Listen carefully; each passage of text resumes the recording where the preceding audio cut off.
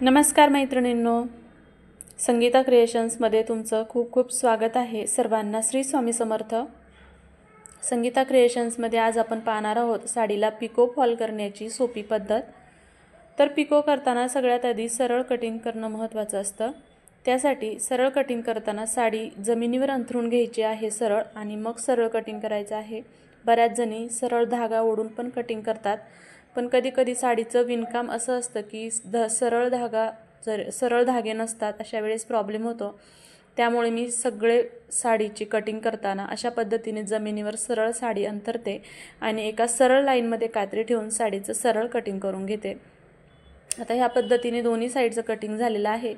तर आता आपण आलेलो आहोत पिकोच्या मशीनवरती आणि मी ते पिको करणार आहे। त्यासाठी मी मॅचिंग असा दोरा ओवून घेतलेला आहे। साडीची सरळ बाजू खालच्या बाजूने ठेवलेली आहे, उलटी बाजू वरच्या बाजूने आहे, आणि साडीचा जो नॉब आहे त्याच्या मधोमध साडीचा काठ ठेवायचा आहे आणि साडी अलगद हाताने पुढे खेचत या पद्धतीने पिको करायचा आहे। तर हे पहा, एका बाजूने पिको झाला। तर वरची बाजू थोडी आपण ओपन ठेवत असतो, त्या बाजूनेही पिको करायचा आहे आणि नंतर धागा कट करून घ्यायचा आहे। आता फ्रंट बाजूने पिको झालेला आहे। आता मागच्या बाजूने आपण पिको करूया। त्यासाठी मागच्या बाजूने पिको करतानाही सेम याच पद्धतीनं साडीच्या नॉबमध्ये साडीचा काठ घ्यायचा आहे आणि साडी अलगद हाताने पुढे खेचायची आहे। साडी अलगद हाताने पुढे खेचल्यामुळे साडीचा पिको बारीक येतो, जाडसर पिको येत नाही। त्यामुळे साडी हलक्या हाताने पुढे खेचायची आहे, आणि जर नाही पुढे खेचली तर पिको जाडसर येतो। जाडसर पिको येण्यामागचं हेच कारण आहे। तर फॉल लावताना बॅक साईडला मार्जिन 12 इंच किंवा 13 इंच तुम्ही सोडू शकता। मी इथे 12 इंच मार्जिन सोडते। हा फॉल धुवून आणि इस्त्री करून घेतलेला आहे। आता फॉलचं सरळ पुढच्या बाजूने अर्धा इंच मार्जिन दुमडून घ्यायचं आहे आणि जिथे आपण मार्किंग केलेलं आहे त्या मार्किंगवरती फॉल ठेवायचा आहे आणि साडीचा काठ आणि फॉलचा काठ एकमेकांना जुळवून घ्यायचे आहेत आणि मग त्यावरती शिलाई मारायची आहे। तर हे अशा पद्धतीने अगदी थोडी थोडी फॉल आणि साडी पकडून पूर्ण साडीला फॉल खालच्या बाजूने किनारीच्या बाजूकडून अगोदर पिको करून घ्यायचा आहे। बऱ्याच जणी ह्या बाजूनेही हात शिलाई करतात, तर ती तुमची चॉईस आहे, पण मी तर अशाच पद्धतीने अगोदर खालच्या बाजूने पिको करून घेते आणि मग वरच्या बाजूने हात शिलाई करते। तर हे पहा, खालच्या बाजूने पिको प्लेन झालेला आहे। मी तुम्हाला पूर्ण मागची साईड पण दाखवते। तर हे पहा, अशा पद्धतीने पूर्ण प्लेन पिको झालेला आहे। तर आता आपण करणार आहोत हात शिलाई। पण आता ज्या मैत्रिणी हात शिलाई करतात खालच्या बाजूने त्यांच्यासाठी सांगते, पिको केल्यामुळे साडी एकदम व्यवस्थित राहते, निघत नाही। आणि जर तुम्ही हात शिलाई केली तर धागा जर पैंजणामध्ये अडकला तर पूर्ण फॉल निघून येतो। त्यामुळे नेहमी पिको फॉल करताना साडीला खालच्या बाजूने तुम्ही पिकोच करून घ्या, म्हणजे जरी धागा अटकला तरी फॉल निघून येत नाही।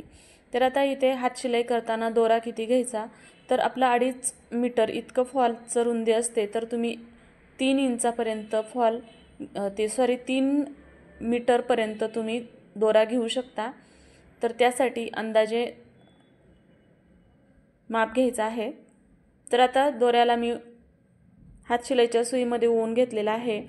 दोऱ्याच्या मागच्या बाजूने गाठ देऊन घ्यायची आहे, त्यामुळे दोरा निघत नाही।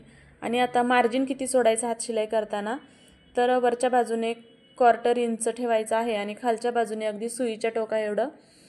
अशा पद्धतीने मी हे मार्किंग करून घेतलेलं आहे आणि बरोबर त्याच मार्किंगवरती आता मी हात शिलाई करत आहे।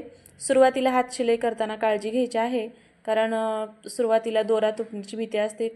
खास करून हा जो उभा भाग असतो फॉलचा, तिथे अगोदर हात शिलाई करायची आहे। आणि मी या पद्धतीने दोरा ओढत आहे, या पद्धतीने दोरा ओढून घ्यायचा आहे आणि अशा पद्धतीने हात फिरवून घ्यायचा आहे।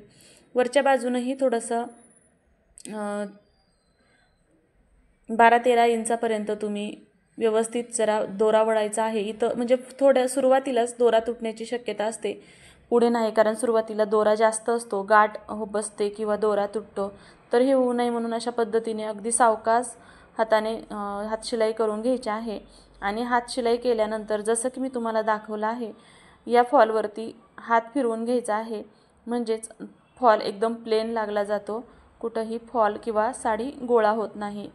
तर हे अशा पद्धतीने थोडं थोडं करून हात शिलाई करायची आहे। दोरा अशा पद्धतीने ओढायचा आहे आणि हे असा प्लेन, अगदी प्लेन हात फिरवून घ्यायचा आहे। याच पद्धतीने पूर्ण साडीला तुम्ही हात शिलाई करून घेऊ शकता।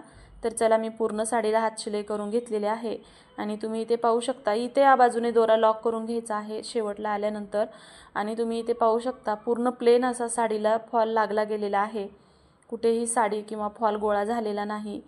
तर मैत्रिणींनो, तुम्हाला माझी पिको फॉलची पद्धत कशी वाटली ते कमेंट करून सांगा। व्हिडिओ आवडला असेल तर व्हिडिओला एक लाईक करा आणि चॅनलवरती तुम्ही नवीन असाल तर चॅनलला सबस्क्राईब जरूर करा। तर चला भेटूया पुढच्या व्हिडिओमध्ये, तोपर्यंत सर्वांना श्री स्वामी समर्थ। आणि चॅनलला जर सबस्क्राईब केलं असेल तर आपल्या चॅनलवरती खूप सारे ब्लाऊज डिझाईन, स्लीव्ज डिझाईन, ब्लाऊजचे कटिंग पॅटर्न चे व्हिडिओ अपलोड केलेले आहे, तेही तुम्ही पाहू शकता। तर चला, सर्वांना पूर्ण व्हिडिओ पाहिल्याबद्दल धन्यवाद आणि श्री स्वामी समर्थ।